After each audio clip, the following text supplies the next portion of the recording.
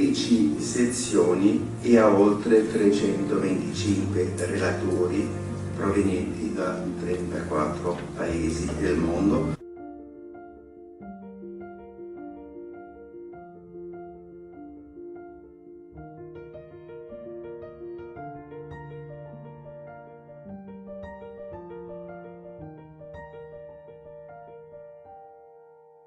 Di Lampedusa e di Linosa, eletta a maggio al 3 di novembre, siamo stati miserabili nel mondo,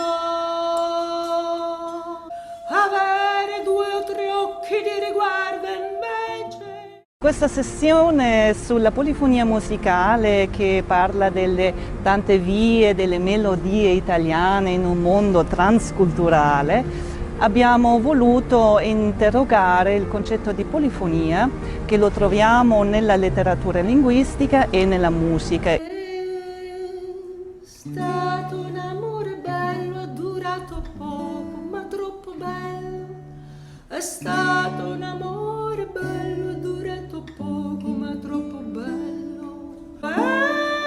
È stato un amore bello, è durato poco, ma troppo bello.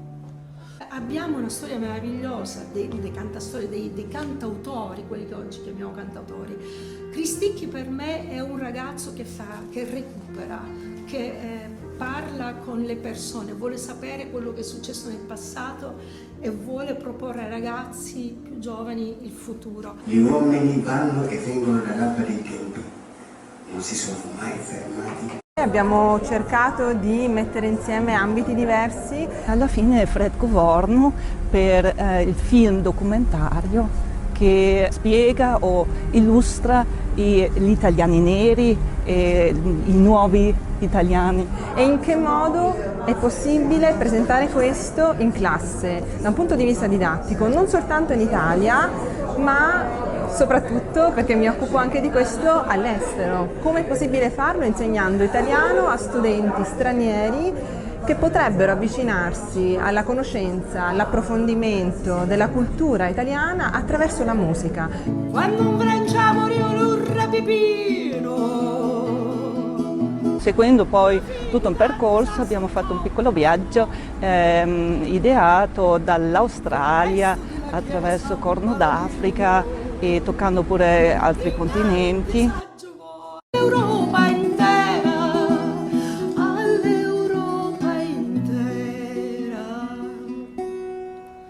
E allora, se questi morti sono soltanto nostri. Anche la musica, oltre che altri mezzi quali il cinema, la letteratura, la stampa, la carta stampata, anche la musica si adegua a questi continui, incessanti mutamenti che il mondo di oggi comporta.